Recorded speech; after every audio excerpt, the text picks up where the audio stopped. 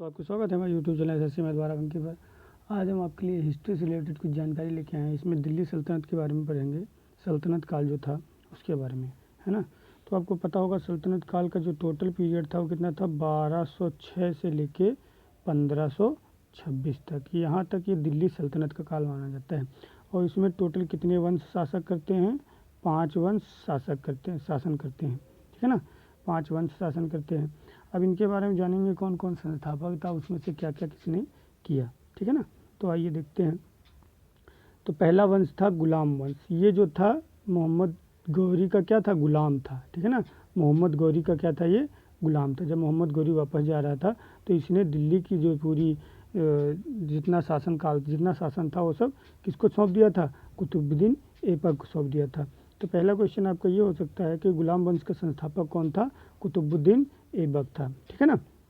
इसने 1206 में दिल्ली की गद्दी पर बैठा, ठीक है ना, दिल्ली की गद्दी पर। अगला है, इसने राजधानी किसको बनाई, लाहौर को राजधानी बनाई। और इसे लाख बख्श कहा जाता था। लाख बख्श मतलब लाखों का दान देने वाला, ठीक है ना। लाखों का दान देने वाले को लाख बख्श कहते हैं। अगला है, इसने कुतुब मीनार की नींव रखी, ठीक है ना। कुतुब मीनार दिल्ली में है, ये आपको पता है। और कुतुब मीनार की नींव, और जो कुतुब मीनार किसके नेम पर बनवाई, कुतुबुद्दीन बख्तियार काकी एक संत थे, ठीक है ना। मतलब इनके जो होते हैं ना, कुतुबुद्दीन बख्तियार काकी, ठीक है ना। कुतुबुद्दीन बख्तियार काकी के नाम पर बनाई। ये इंपॉर्टेंट क्वेश्चन बहुत आता है, बख्तियार काकी के नाम पे बनाई, ठीक। इन्होंने नींव रखी थी, कुतुबुद्दीन ऐबक ने नींव रखी थी। और इसको पूरा किसने कराया था, इल्तुतमिश ने। तो इल्तुतमिश की खैर बाद में बात करेंगे। फिर इसने क्या किया था, कुतुबुद्दीन ऐबक ने 2.5 दिन का झोपड़े का निर्माण भी इसी ने कराया था, ठीक है ना। अगला आइए देखते हैं। फिर कुतुबुद्दीन ऐबक के बाद ये इल्तुतमिश था, इसका गुलाम था, ठीक है ना। इसका गुलाम क्या, ये इसने फिर इसके बाद दिल्ली सल्तनत पे शासन किया। अब इल्तुतमिश के बारे में ये जानते हैं, इसने तुर्के चहलगानी नामक एक संस्था की स्थापना की, इक्ता प्रणाली स्टार्ट की, ठीक है ना। और कुतुब मीनार जो थी उसका पूरा निर्माण इसने पूरा करवाया, ठीक है ना। भाई यही मेन है इसमें। इल्तुतमिश बढ़िया शासक था, इसने बहुत अच्छे काम भी किए। फिर इसके 3-4 बेटे थे और एक लड़की थी। बेटे सारे निकम्मे थे, तो उनको इसने गद्दी नहीं दी।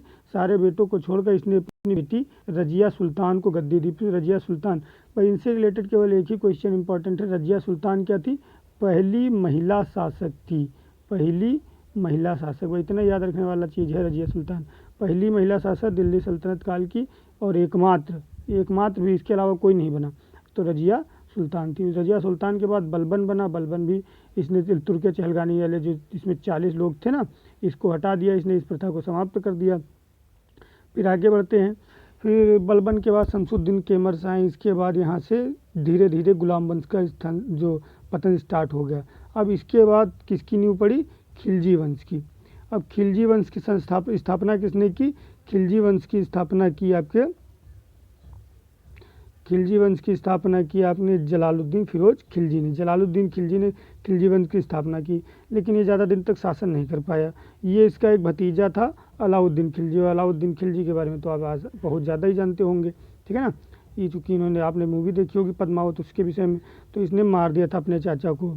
फिर अलाउद्दीन खिलजी ने क्या क्या किए, उसके सारी चीज़ें देखते हैं। इसने अलाई दरवाज़ा का निर्माण कराया, और सीरी का किला बनवाया, जनमेत मस्जिद का निर्माण कराया, 1000 खंभा महल भी इसी ने बनवाया, ठीक है ना।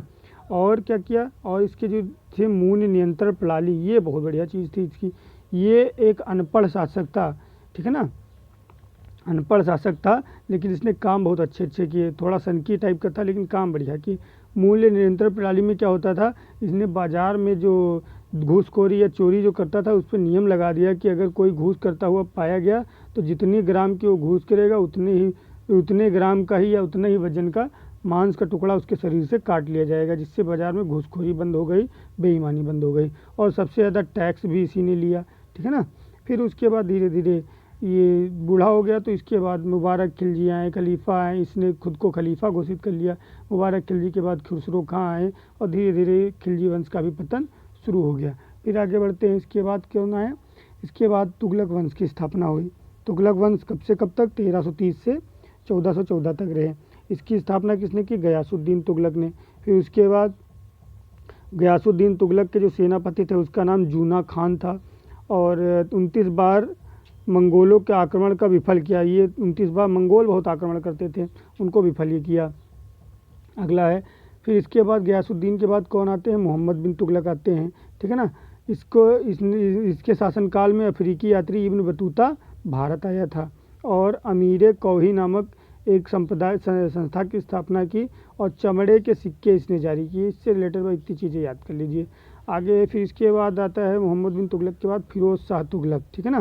फिरोज़ शाह तुगलक ने क्या था, ये सिंचाई कर लगा दिया इसने, और दीवाने खैरात और दीवाने बंदगान की स्थापना कर दी। बस इतने हैं इसमें।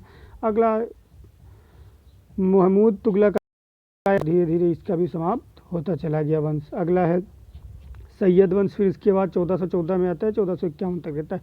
इसमें कोई खास चीज़ें नहीं हुई, बस इसका क्वेश्चन जो आता है सबसे ज़्यादा, इस वंश का संस्थापक कौन था? खिज्र खां था, और अंतिम शासक आपका अलाउद्दीन आलम शाह था। आगे बढ़ते हैं, 4 वंश हो गए। 5वां और लास्ट आखिरी वंश था यहाँ पर दिल्ली सल्तनत का लोदी वंश था, ठीक है ना। 5वां और आखिरी वंश कौन सा था?